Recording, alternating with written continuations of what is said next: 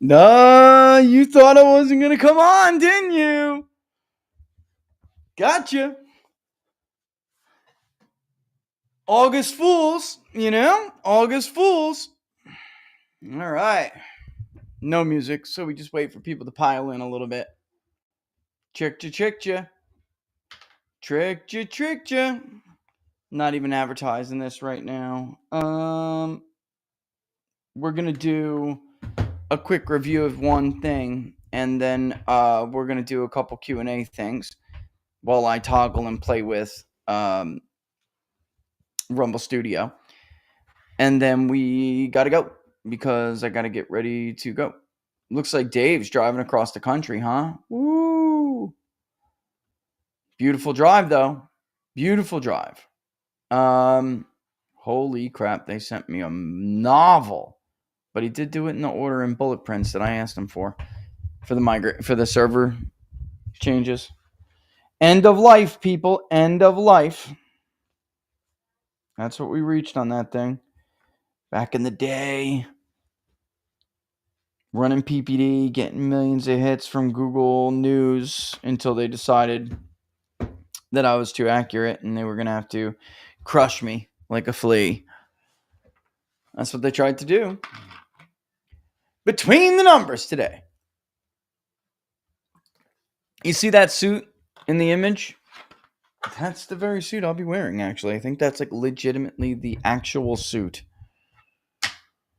Bring in the bankroll, which is small. Bankroll is this thing that is like a men, guys, hear me out here. There is this thing called the bankroll. It used to be made by Joseph A. Bank. And you can stick like 2, if you're really creative, 3 suits in it, have change of clothes for several days, 3 pairs of shoes, all the toiletries you need, and it goes and it rolls, and because it rolls on the ground and it rolls up, and it keeps your suits from wrinkling because it rolls. That's why they call it the bankroll. And it is fantastic. Up to your hip, and I'm not a huge guy, up to your hip, right in the overhead compartment of a plane. Whew, all right. Wish the kids could come. I see Dave driving with his kids there on X. Might as well bring it on in here, right? I mean, let's bring it on in. Whoop whoop. Oh, thank you. Look at that. Everybody's saying hello. Well, that's the Russia hoax one. What are we doing here? What are we doing here? There we go. How do we remove this here overlay? Bam! Removing the overlay. Removing the thumbnail. Removing the overlay. Ha!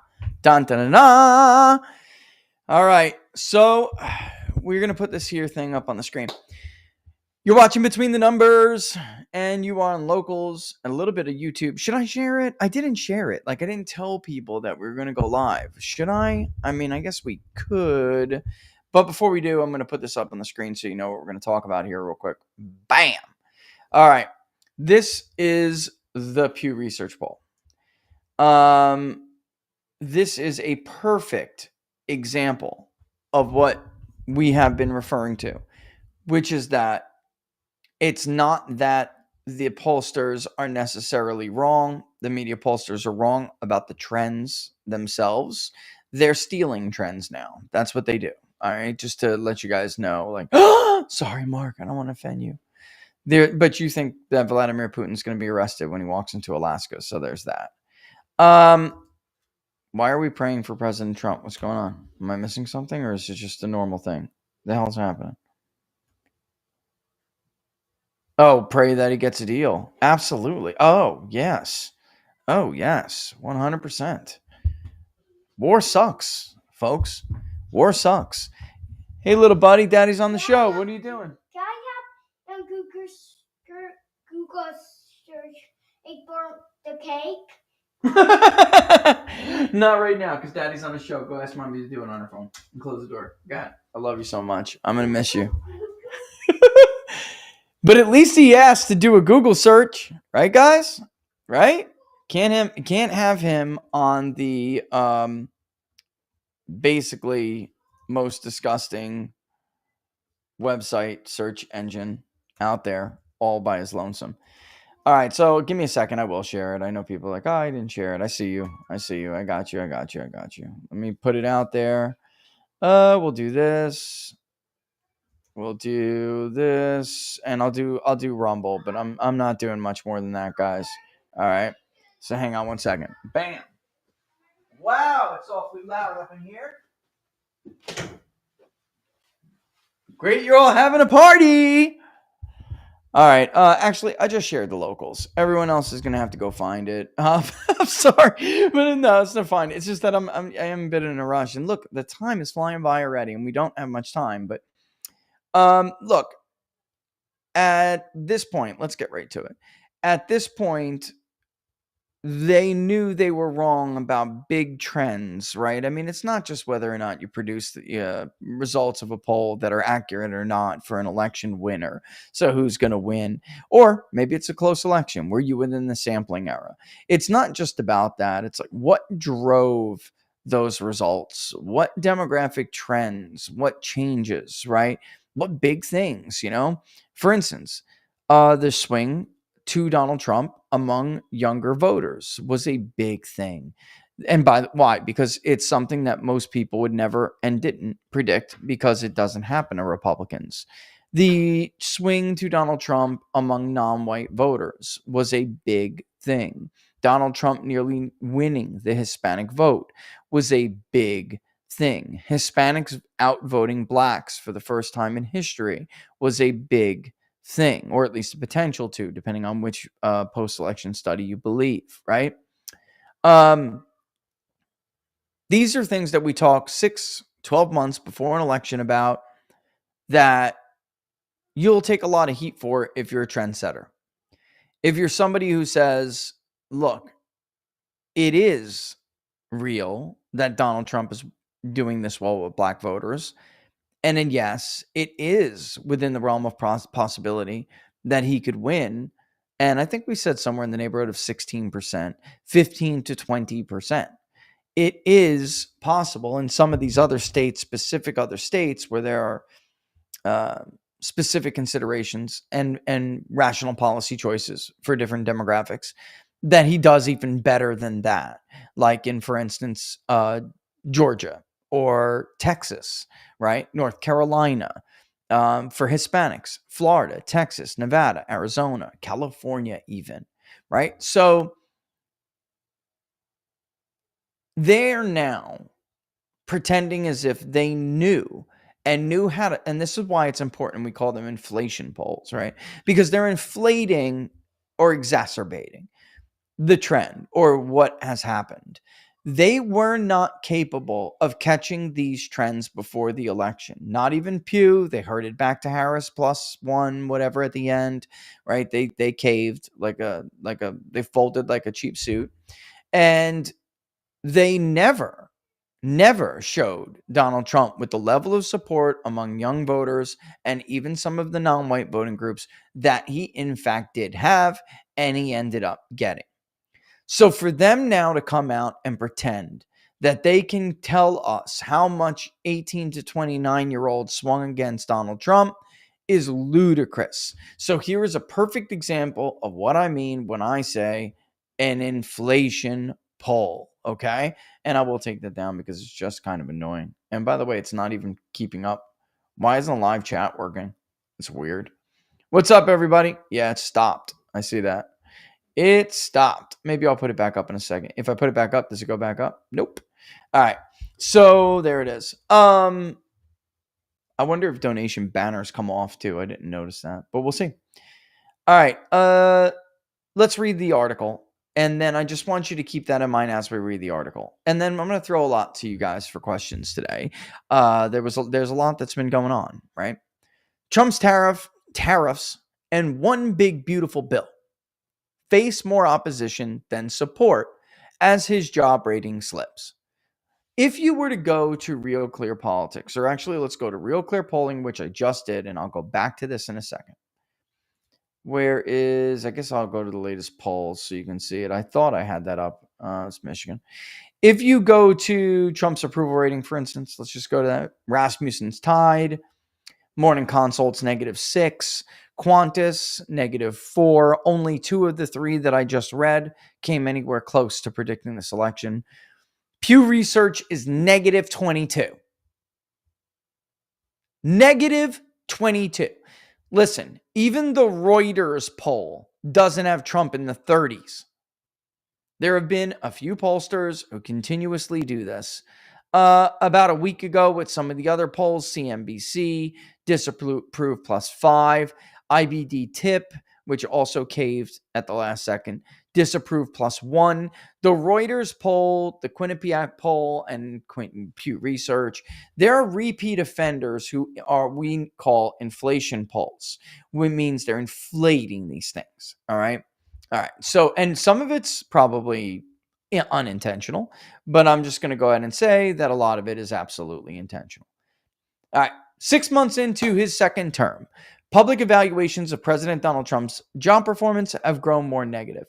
His approval stands at 38%, 60% approve, and fewer Americans now attribute several positive personal characteristics to him than did so during his campaign.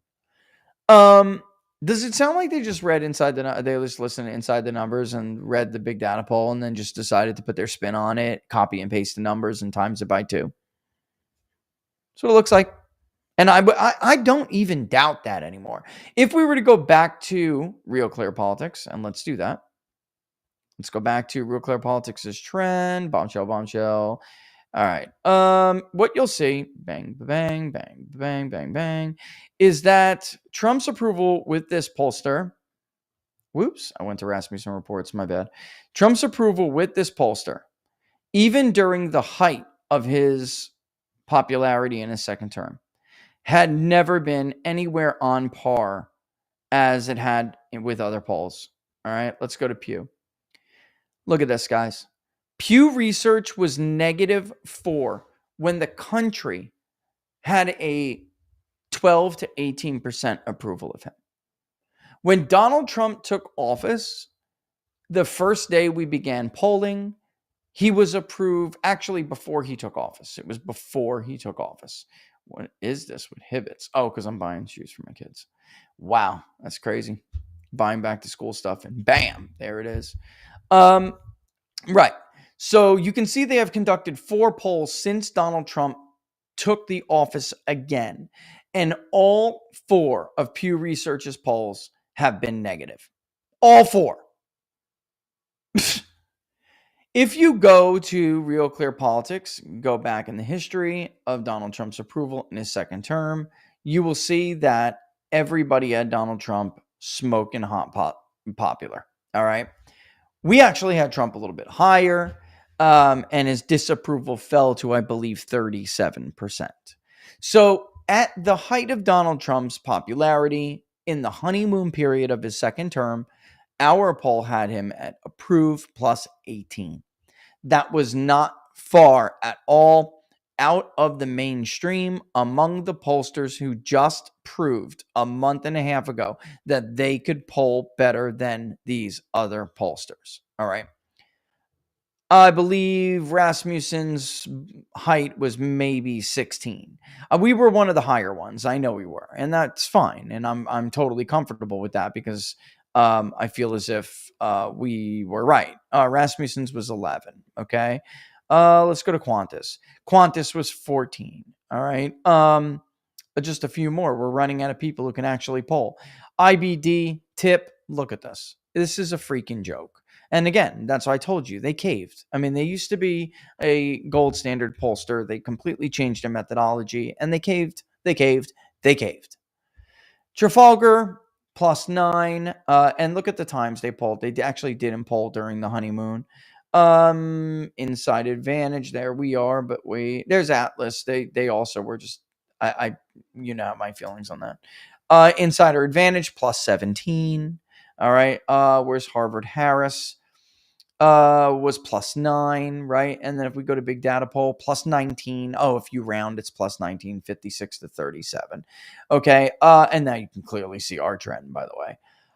And you can see everybody else's trends. So, like, the trend itself is real.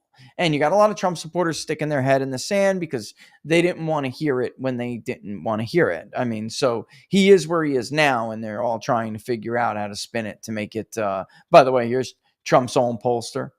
And he hands Trump a poll that says, Trump, Mr. President, you're at like 60%, dude. You think I'm kidding? I'm not. And then you wonder why the thing is a mess. All right. So we go back to the thing, knowing and understanding and keeping in mind what I just told you, which is that Pew never, ever had Donald Trump positive. Never. Even during the honeymoon phase, which they polled, like we all did. And he was romping. I mean, it's truly unbelievable. By the way, Rumble Studio is just super easy to use, and that's why I'm doing this. I mean, I got my bags turned all over the place. Like, this is super, super easy to use. Is there a way to make the presentation without me or no?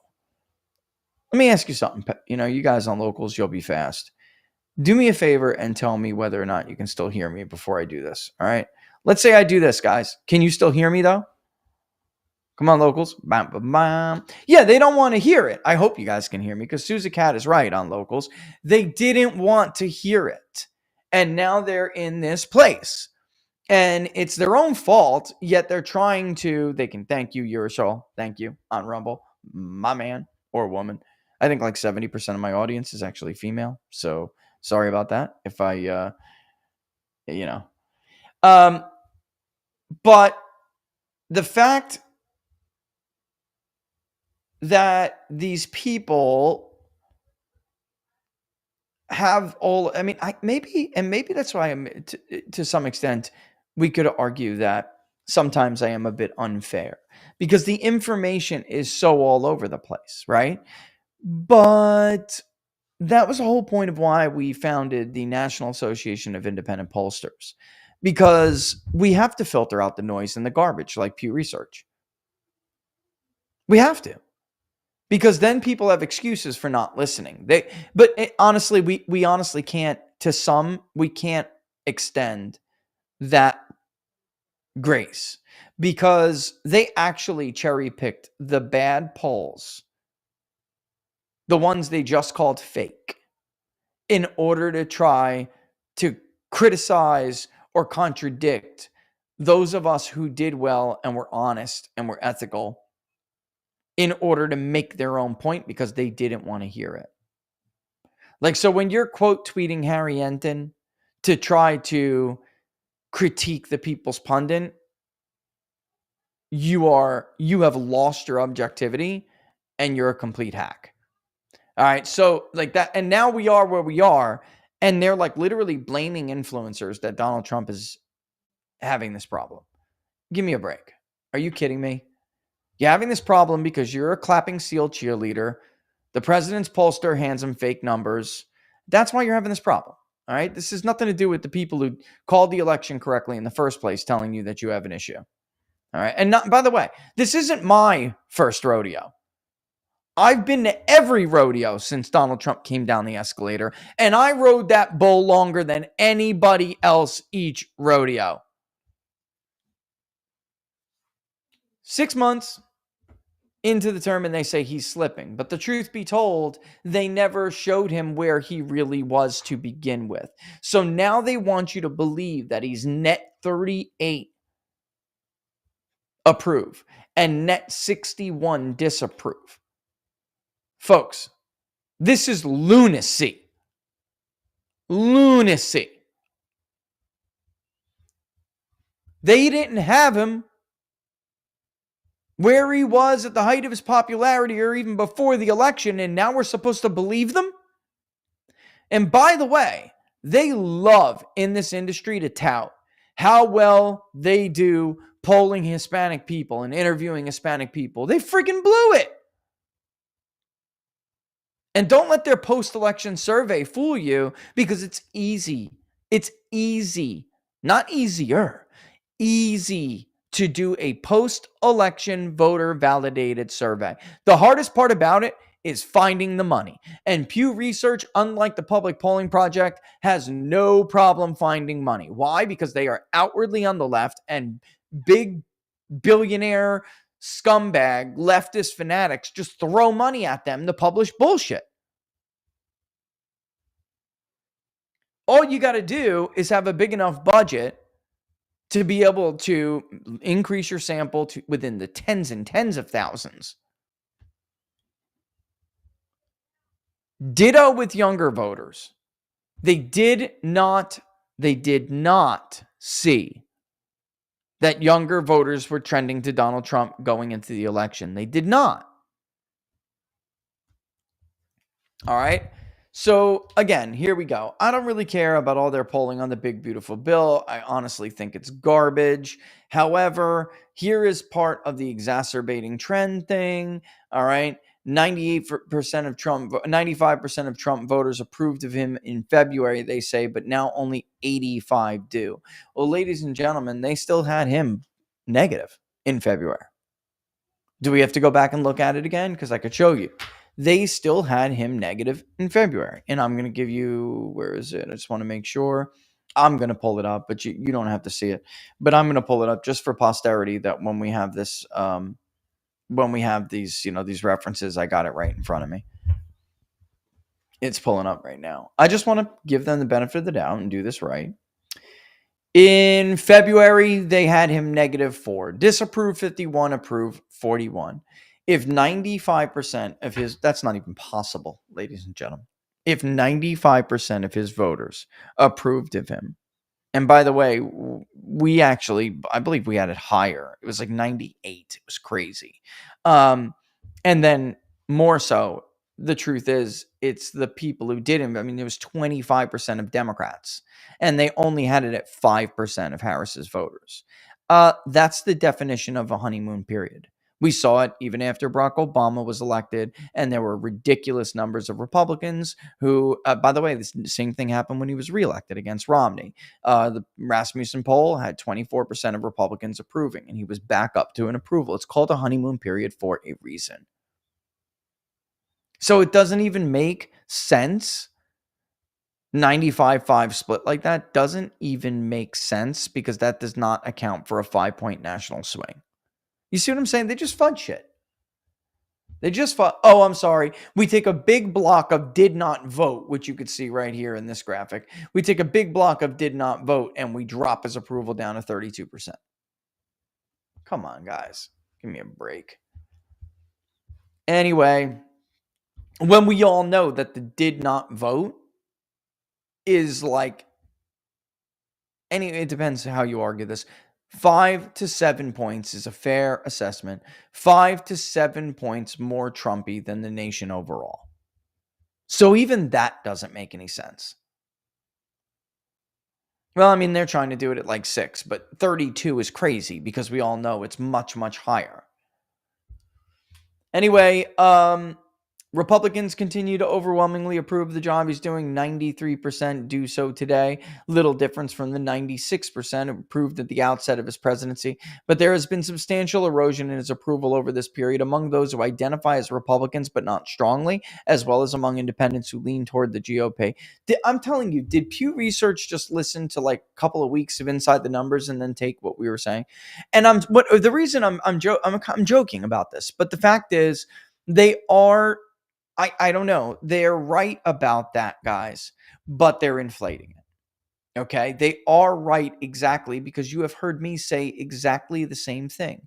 There is substantial among people, and by the way, we do see erosion among actual Republicans. We do. But that's not what I'm talking about here. Substantial erosion in his approval with those who identify as Republicans but not strongly, as well as independents who lean toward the GOP. We poll both, obviously. We break it down, and I've highlighted this group, that I share little in common with either. That is a really bad group for Donald Trump. That's where the real slippage is. That's where the significant slippage is. Because, again, Republican doesn't equal MAGA, and MAGA does not equal Republican. They're not interchangeable. That's incorrect to view it that way. Then we're back to the traits now. Is mentally sharp. Now we're back to this bullshit. Keeps his promises, though. I kind of believe that one. I just don't believe it's like that. Cares about the needs of ordinary people, 63 to 37. Are you honest, 63 to 36? A good role model? I mean, I can get that, whatever it may be. Trump is widely described as standing up for what he believes in. Isn't it funny that, they didn't exactly, there it is, net 68, net 31. But again, I think what, the bottom line is, this is true. This is true. Because do you remember we actually asked, do you trust Trump to handle all of these issues? This has declined considerably. 40% say that they're somewhat confident in Trump's decision-making on the Ukraine or Russo-Ukrainian war. That was 45% last July, which is lower than what we had it anyway. So again, they're right about that, but they're exacerbating it. One thing I'm like, and you may hear some hesitation in my voice, the one thing is that I'm wondering where they all of a sudden figured out how to catch on to these things. Because they weren't even aware of these dynamics before the election, folks. So I'm tempted to say that they're right about this. It's just inflated. But the fact of the matter is, I mean, I'm borderline. I'm so cynical now. I'm borderline at the point that I really do suspect that they probably are just copying people they know do better. And they're making it worse. I'm at that point. We all know of one firm that did just that. Decided that they were going to mirror people like me, a hint to the left, so that after the election, when they polled garbage, because they're Nate Silver's friends, they polled garbage, and nobody would ever be able to criticize them by saying they couldn't poll the election correctly. So if you were a PSYOP, Pew, and you wanted to know how to be able to combat somebody like me in a narrative war, right? Pew Research, and not just me, but there are others. Pew Research, you can't do that with because, of course, Pew sucks. And they sucked in the election. And they were wrong every election recently, et cetera, et cetera, et cetera, right? But if you had somebody mirror me and get close enough, not as close, but close enough, even though they pretend, and then after the election, they would also have the credibility of being able to say, but I pulled the election right too. Richard's just wrong. He's just wrong now. Right? I just want to put this up on the screen because as I was reading it, I actually think that is that X Summer. I actually think you're right about this, X Summer. I do. And I think that we can't throw the baby out with the bathwater here because I'm telling you, I see it. I mean, trust Trump to end the Ukraine war was what? Let's go to my polling. I'm going to look at the last, I believe, let's look at what it was in the inauguration. Okay, let's do that first. I'll give you the margin for what Americans told us. How much did they trust Trump to end the war? There's the highest approval rating on record poll. That's it. All right, so let me go to this one and get the crosstabs. Did I put the trust in there or do I got to go in the back end? Did they? Yep, I sure did. It's public, guys. You can go look at it. Oh, we did it differently. A great deal, quite a lot, some very little. Only 30, only 32% said that they didn't trust Trump to end the Russo-Ukrainian war. That's it. And then the rest are in varying degrees, including Rich, a quarter that said they trusted him a great deal that he was going to do this. Another 1/5, quite a lot. Another 1/5, and I'm rounding here. It's 25, a great deal. 17, quite a lot. And then another 1/5 that was like some. 15% said very little, and only 17% said none. That's it. So Americans did have an enormous amount of faith that Donald Trump was going to end this war. The Lindsey Grahams, or as Robert Barnes liked to say, what does he say? Lady Grahamnesty? What does he say? I like to say Her Majesty Lindsey Graham. All right. Because he's a monarchist. He's like that part of that old Southern aristocracy that turned into Democrats during the Civil War. And they didn't want, we all know. Let's get real here. And then they needed a home later. So they decided after the Nixon era that they were going to become Republicans to win the South. But they had like ancestors and shit who were in Redeemer governments. And all they ever want to do is fight a war and whip someone, take away someone's liberty. You know what I mean? Like tie them to a tree. Oh God, Rich just said that. Yup, I did. And that's it, and Donald Trump has found, that he found it in his need or benefit, or at least he thinks, and clearly it's not, to align himself with these people and entertain these people, instead of simply doing what he told voters he was going to do, which is end the damn war in 24 hours. Lady Graham is what he says. Thanks, Susie Cat. Thanks, Lady Graham. But I do think that if Donald Trump does take the U.S. out of this conflict, that it will be a huge win and a shot in the arm to MAGA. If he doesn't do it, I mean, do I really need to go on? Happy Friday to you too, Yanks. Welcome to Locals. So there are the other findings. I do want to show, where is the chart on age? If I have to go to Twitter, I'll grab Twitter, pull it up. This is an interesting chart, in truth. It is, because we do see this. We know, we see it. MAGA is filled in the ranks of, I am not a Republican, but I am not a partisan. And then when you lean them, they are filled in those ranks. And they're also filled in the ranks of a group that can overlap with them, but Pew doesn't drill down enough to do that like we do. And that is those really will, when push comes to shove, they'll say, I don't really like either party. Yeah, I lean to the right, but I don't really like either party. That's, by the way, that may be the most important voting group for MAGA, because that is the voting group that made up the thesis by Sean Trendy before he went crazy after the 2012 election, the case of the missing white voter. And it's basically the case of the missing white voter on steroids now, because those people aren't only white anymore. And honestly, Sean should have known that from his studies of the Ross Perot coalition. Ross Perot's own coalition was 16% Hispanic. But I get why he did that, because he was talking specifically about the industrial Midwest and the Mid-Atlantic beyond Appalachia, right butting up against Appalachia. 3.5, 4 million voters just missing from the electorate because they will not vote for Republicans like Lindsey Graham, like Nikki Haley, like a Ted Cruz even. Not going to happen. They don't care about Israel's problems.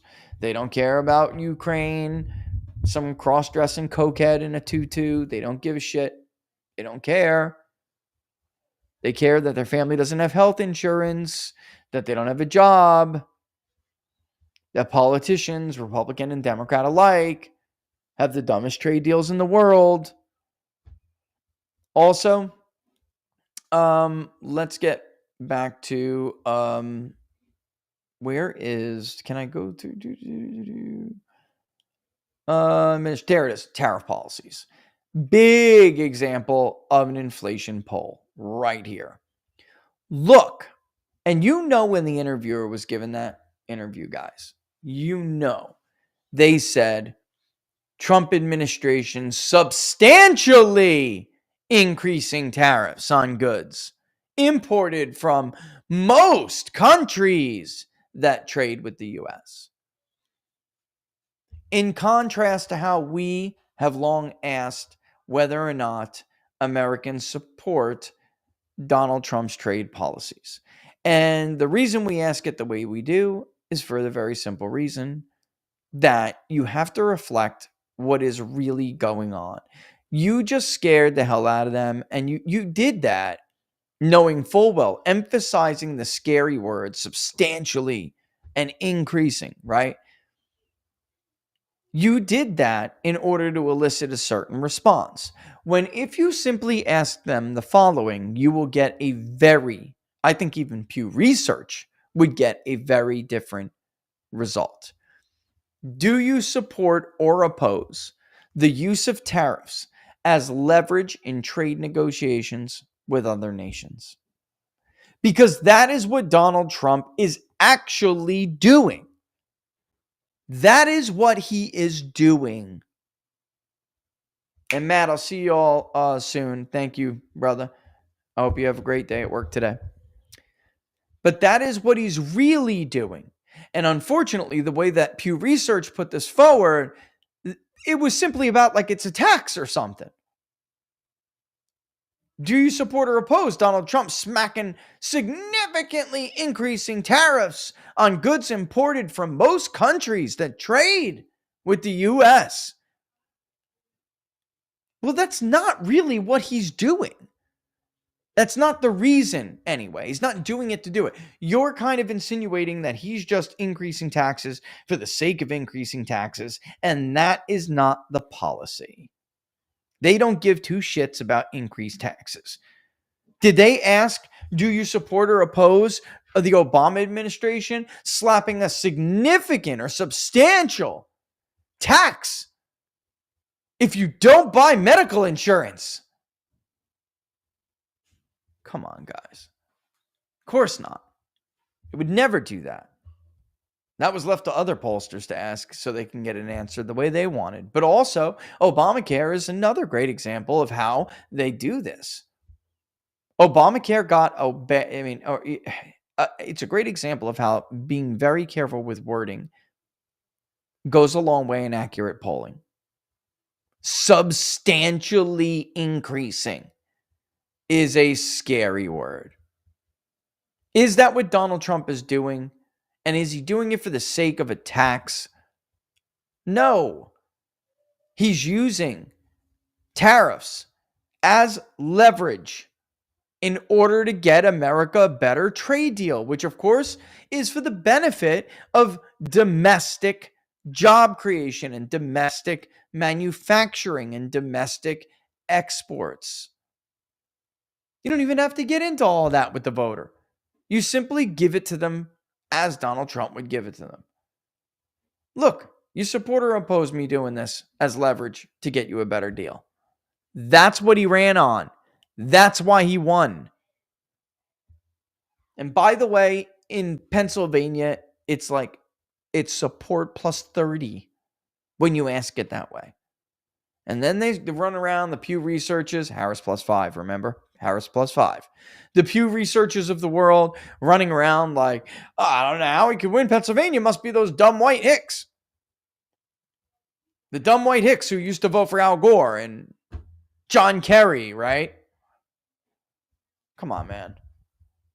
It's because they know what he's doing, even if you don't. And the fact of the matter is, they did. My God, there's some real doozies in that. Even though Trump was up in Pennsylvania in most polls, I mean, there's some real freaking doozies from 24, guys. Real, as if, Michigan, Wisconsin, and Pennsylvania were all going to break from each other for the first time ever. What a load of shit, honestly. What a load of shit. It's just a joke. So there it is. And there's one other thing I did want to go over. Did they put it here, or we're going to have to go into their crosstabs? I'll grab it. I already pulled it. If I got to go and grab it out, I will. But next page, I just want to make sure I don't run over it. Yeah, I'm going to have to go, unfortunately, and grab it.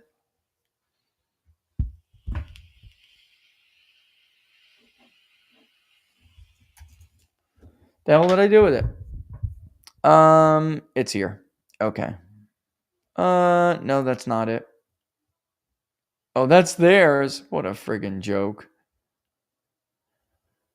Dave, did you grab this? Why the hell can't I find this? It's about ages. Here it is. I found it. All right. I got it. Bear with me. Here we go. I'll just impose it over this one. That's fine. All right. Bang.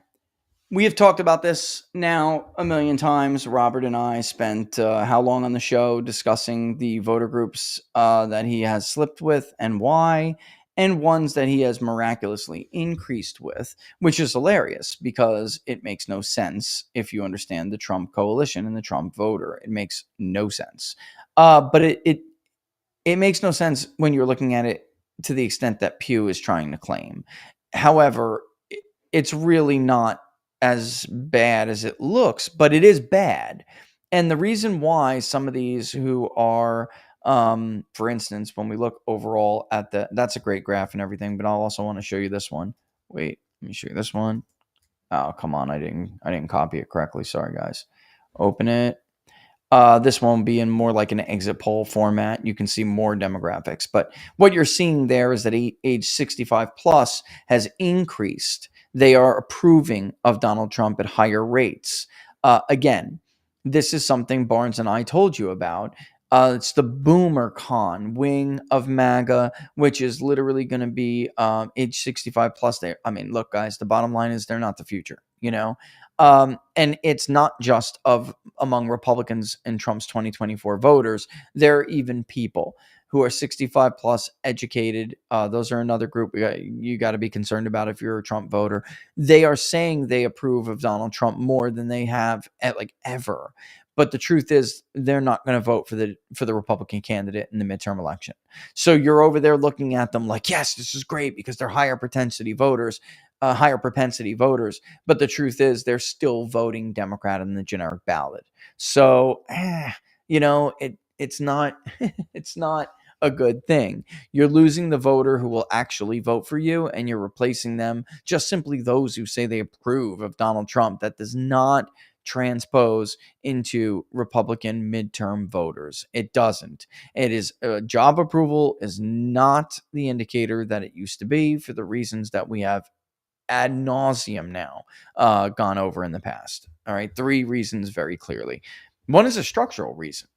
And that's all the more reason why it's important for Trump to not try to placate these voters and instead to try to get back the coalition that elected him. Because Democrats had to do something extraordinary to buck the history of first-term incumbent midterms in 2022, and Republicans will have to do something extraordinary as well if they want to buck the history of first-term incumbent midterms. And technically for Trump, this is a second-term incumbent midterm.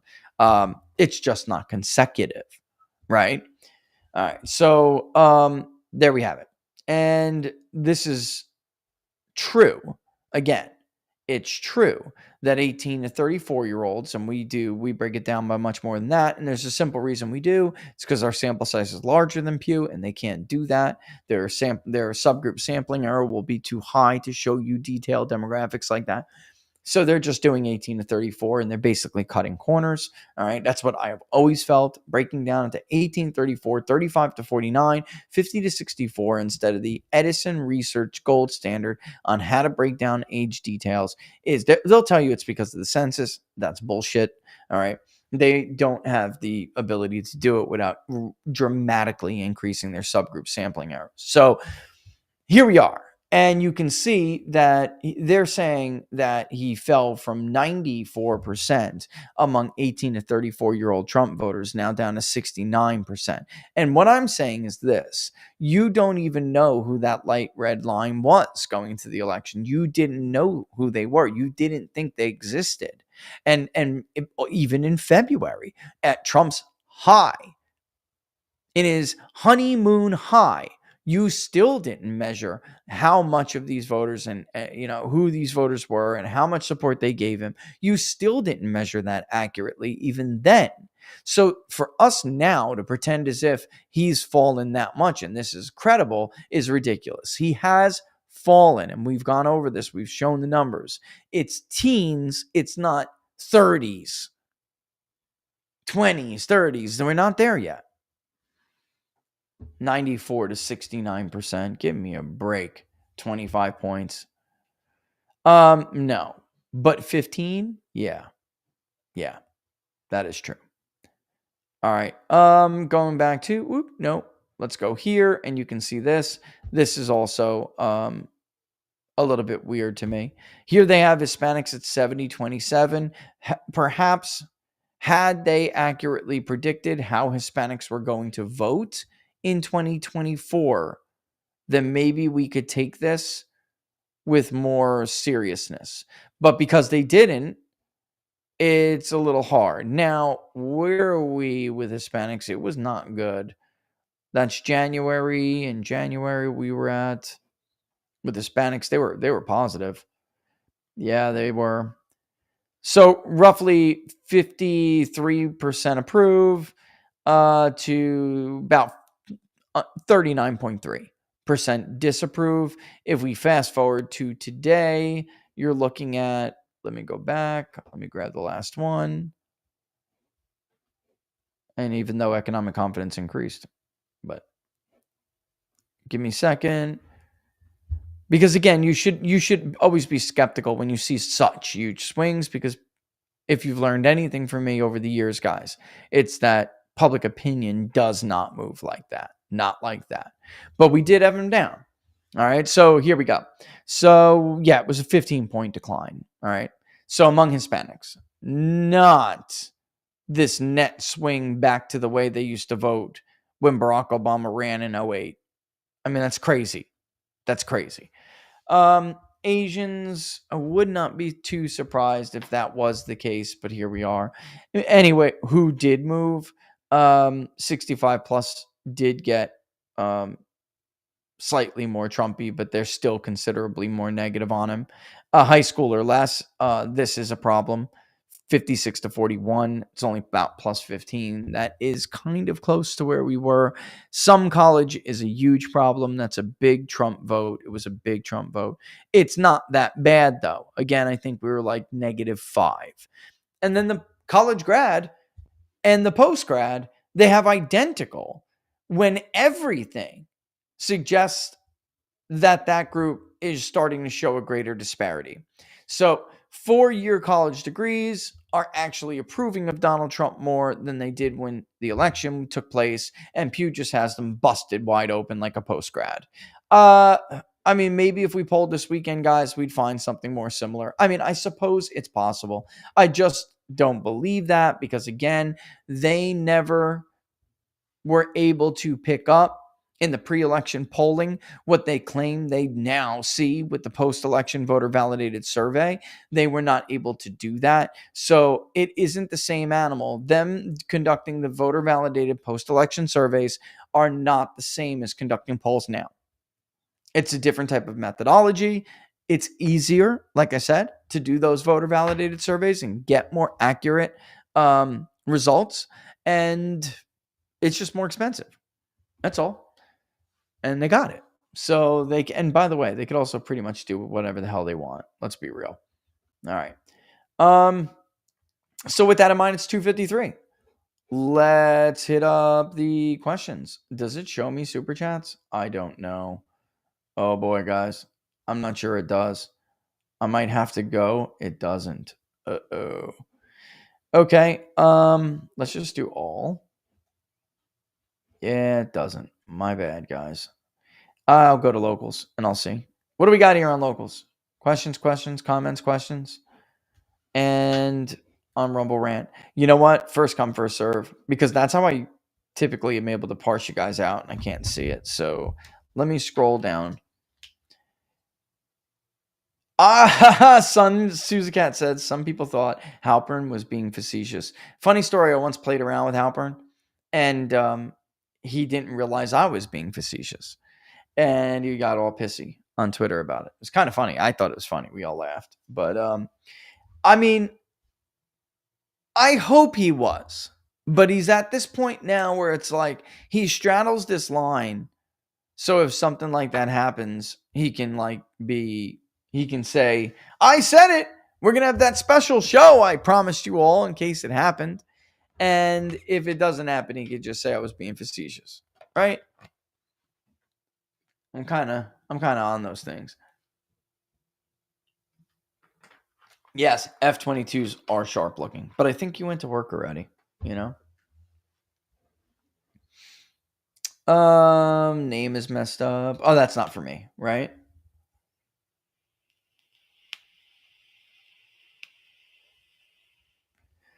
I don't think that peace is a threat to Putin's survival, but he's got to have the peace he needs.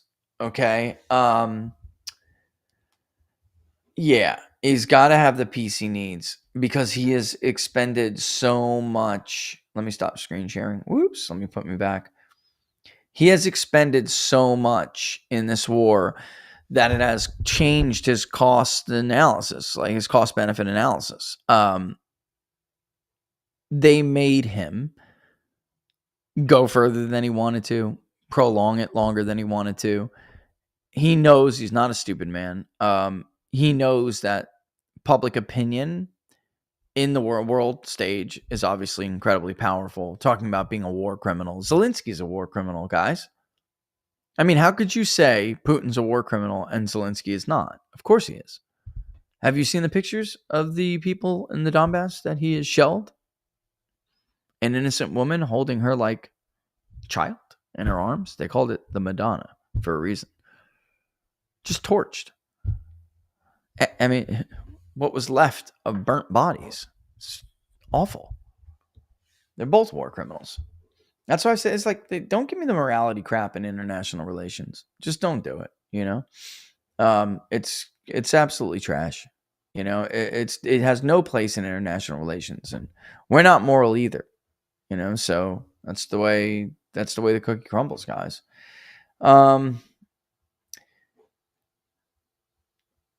you serious? Kamala Harris's stepdaughter says she is struggling. It is really struggling because of climate anxiety. That's real. The climate anxiety that they've pumped these kids with, especially on the left, it's real.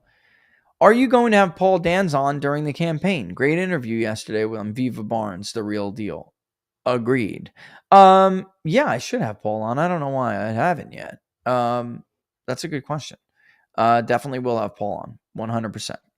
And I think we'll be polling that. I would disclose this. It is possible I do conduct some polls, in of that race. We'll see. But we should have him come on and talk about this. And it's a great idea. I mean, if you're Lindsey Graham, it's a great idea for you to change your position and pretend that you want to bring an end to this war. But the fact of the matter is, that's not his position. It's not. And I think Paul did an incredible job prosecuting why Lindsey has to be removed. He will need the grassroots, but also he does have the benefit of his heritage days and having a Rolodex. And there are even a bunch, as Barnes alluded to yesterday, there are a bunch of donors who are over Lindsey Graham. Now, they are not the majority because he has like the entire military industrial complex at his disposal. All right. Yeah, it's a great, it's an absolute great interview. Serious guy, very serious guy. And he, you know what? If you watched it, did you catch the part? And I'm sure you did, where he discussed past statements Lindsey has made and the support for conflicts that he has had and what the reasons that he's brought up. This guy's maybe a sociopath. Like Lindsey Graham, he may be a sociopath. And I think we have a lot of these people running for office and they win. There's actually a lot of studies on this. Why are there so many narcissists and sociopaths as heads of Fortune 500 companies and politicians? Part of it is you have to be that kind of person to want to run. And very few are like in the mold of Paul, where it's like, believe me, those videos you're seeing on his Twitter feed, on Sunday, they go to church, then they go to the grocery store, they get their food, they go home and he cooks with the girls. That's all real. And I'm sure that he'd much rather not give that up. He's already given up a bunch, Can Lady Grahamnesty lose his reelection? Can I show you these numbers? The answer to that is yes. All right, there is a world in which Lindsey Graham loses re-election. And actually, I think it's more likely in a general than in a midterm, even though Republicans have a low propensity coalition now. But the reason why is because it is entirely possible that the non-white vote that Trump wins does not transpose to Lindsey Graham. I think that's actually likely.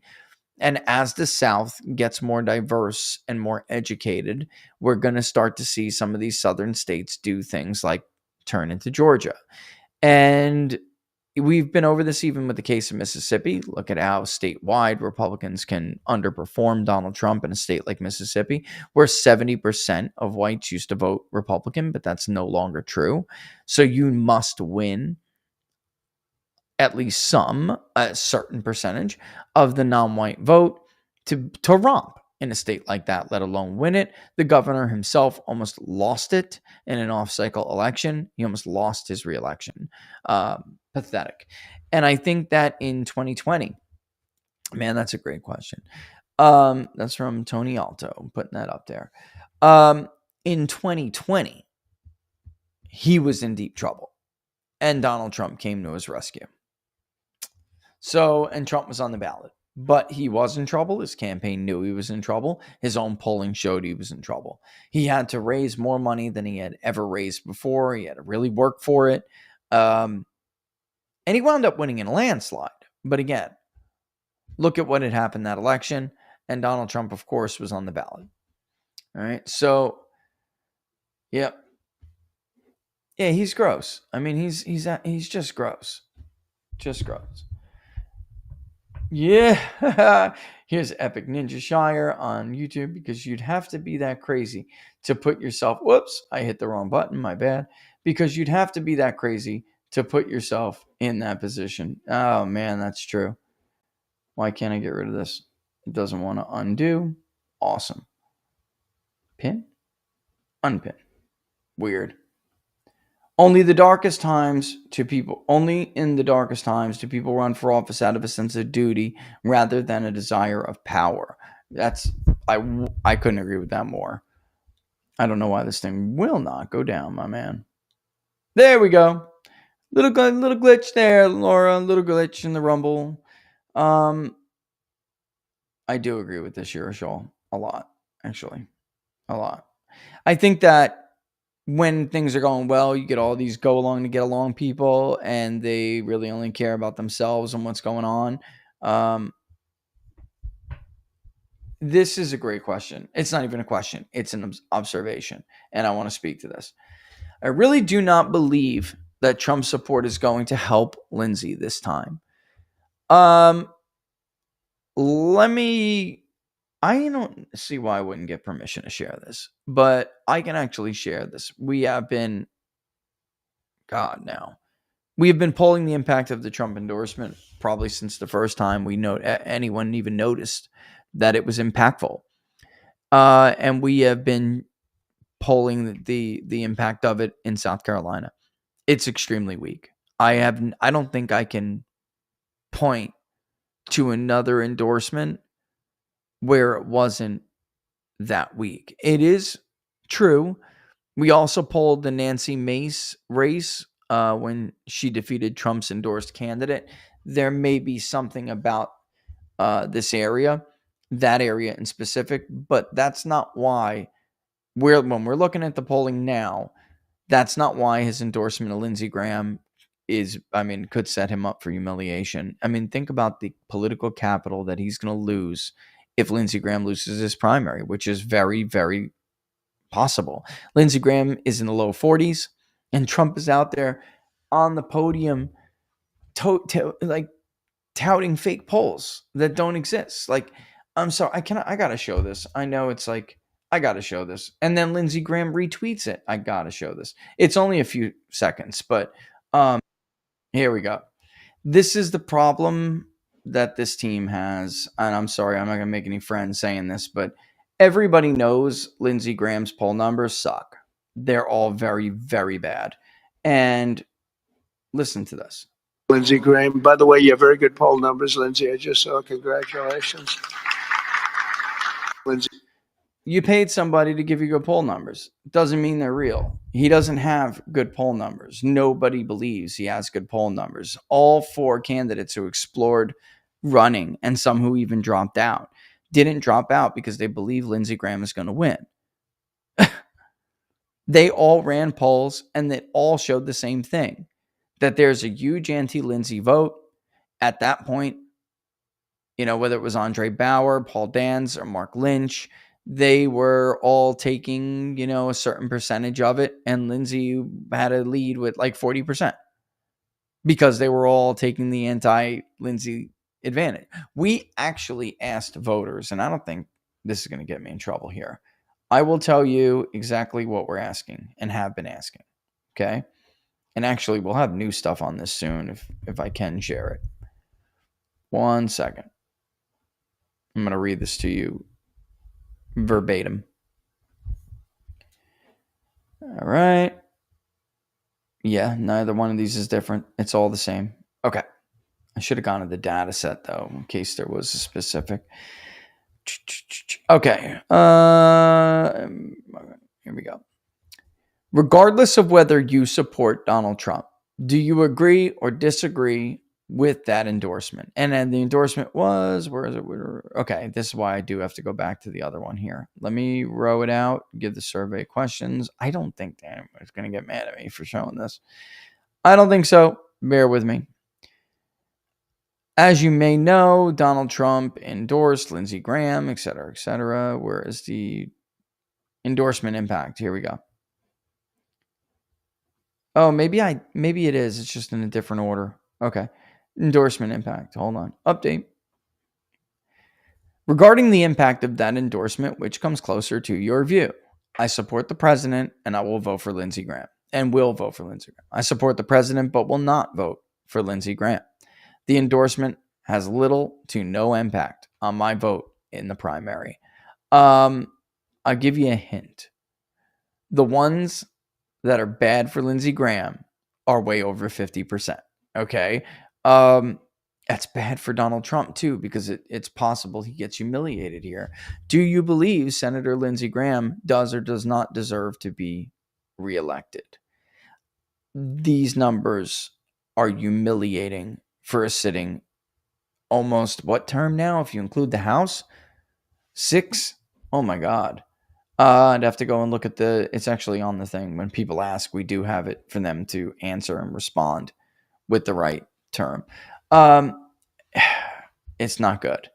It's not good at all. And that's why, to the question, can he lose re-election? I think it's inevitable that somebody like a Lindsey Graham will not be able to represent the South anymore. It's inevitable. And the Georgia Republican Party didn't catch up on they didn't catch this quick enough. And you have to juice turnout in the northern Republican part of the state, but also win over the new Trumplicans that are in southern and central Georgia. That's how Donald Trump won Georgia twice. And he didn't lose it the second time either. Let's get real. That's how he did. And they didn't, right? They can't. Without him, they can't. That's going to happen in South Carolina too, because here's a little secret, guys. Just like Georgia, South Carolina is not the same state that it was when Lindsey Graham ran. His southern twang, and listen, I'm in the South. I love the South. But his southern twang isn't going to carry him much longer. Like this little cute, like I'm in the closet, here's my twang thing. Like that shit is not going to fly for much longer, guys. And oh yeah, by the way, I don't have any kids, but I'll send yours to die in every war possible as long as it stuffs my pockets.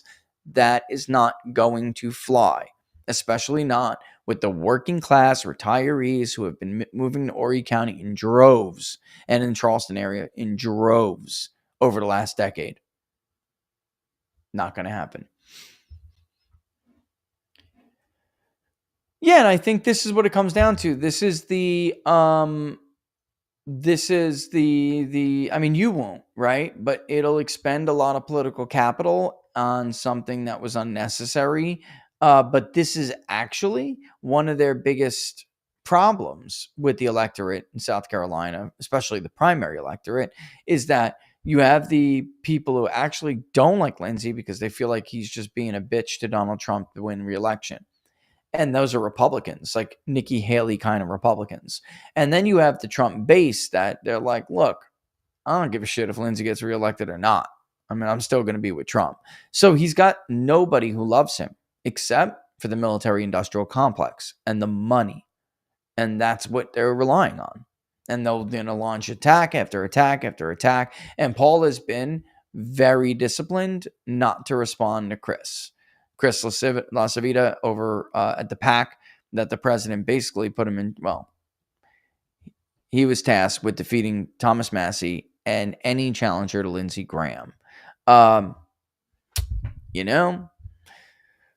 he hasn't responded, but there's no reason to respond. Let your surrogates do it. I don't remember seeing any of them in Georgia when Republicans at the party level and also nationally, including Lindsey Graham, by the way, nationally, abandoned Donald Trump after they robbed him of his second term. I did see Paul there, however. Yep. My parents live. Do you mind if I put this up, Base? My parents live in Horry County. A lot of new developments are multiplying like rabbits, and the people moving there now won't go for Lindsey. I don't think he'd mind me saying, but bass player, my father-in-law, okay? Toms River, New Jersey, for years, until he was retired, Hispanic man, all right? Absolutely cannot stand Lindsey Graham. Loves Donald Trump, hates Lindsey Graham. Will be voting for Paul Dance. Can't stand him. I mean, this is I know this is going to grow. This is only going to grow. And the thing with Paul is, as these people have come into the state, and this, we need to see more things like this in the Republican Party, or else it will, I want to say, like, it'll self-destruct, right? Like the Tories did. There was this conflict as new, good, well-meaning MAGA Trump supporters came in to the state, and they wanted to be politically active. And you had Bannon even pushing the precinct policy and all this stuff. And there was a bunch of people who stepped up, like, I'm new here, I'm from New York, I'm from whatever, but I can help. And they realized that the party was not what they thought, right? Horry County's ground zero for this. Myrtle Beach, all of it. And there became this infighting between the grassroots and the new grassroots, really, and the establishment of the Republican Party. I tend to really like the guys over in South Carolina. I do. I do. Like, a lot of them are good. They're good. But there was like no mediator there, and they all started to like clash with each other.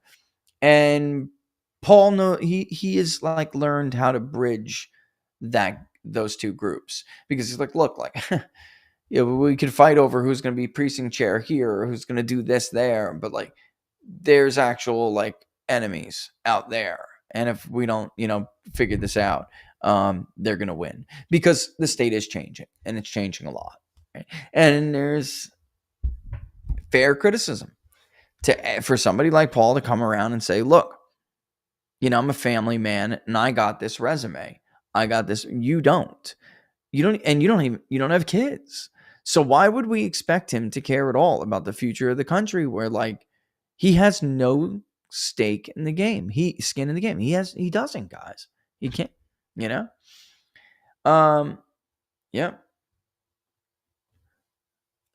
I mean, I got to put this up because I absolutely agree with it,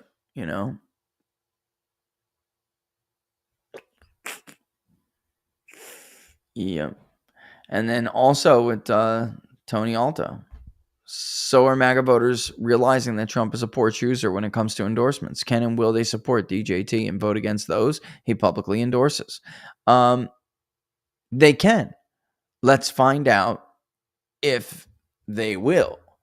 Because it's now down to the point where, like, if Trump's voters want to save Trump's want to see Trump's legacy preserved, or what his movement stood for, they're going to have to do this themselves. They are.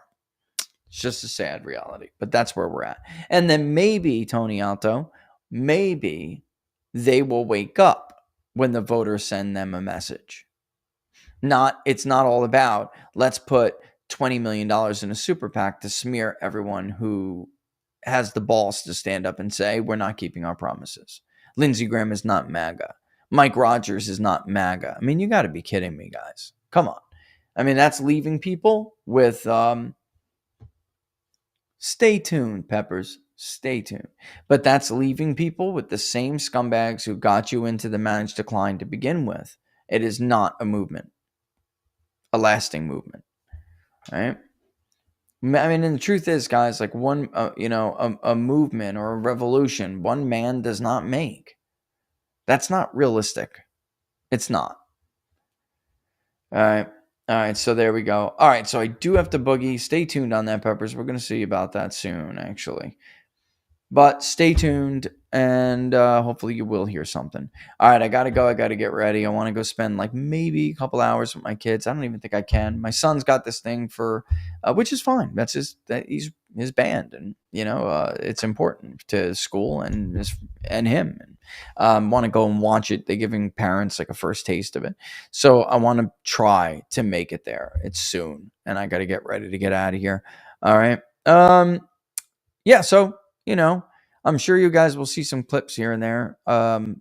But if not, let's play it by ear locals on what we're going to do Sunday.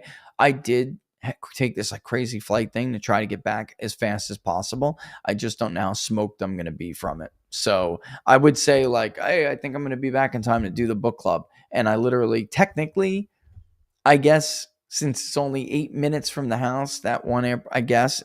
But I mean, I may just be exhausted. And by the way, the wheels touch down 30 minutes before book club. So I don't know. It may be a tough lift, but we'll see. Everybody have a great weekend. Obviously, I'm on Rumble Studio, so no fancy outward rolling music right now. Not today. Don't forget, the link to the public polling project is below. Share it far and wide. Share it far and wide, and contribute what you can. We're coming out of the summer now. It's August 15th. So let's try to get booking on it. And then what else? I don't think that's it. I did put the link up to the event. I don't know if there were tickets left, but if some of you wanted to try to get there and get in, I hope you did. All right. I will see you guys soon. And I hope you do have a fantastic weekend. School's going to be starting soon. So take the time with your kids if you got them. All right. All the best, folks. Thanks for watching. And don't forget to like the videos if you like them and share them far and wide. That's what I was trying to say. But public polling project's more important. All right. Deuces, guys. See you later.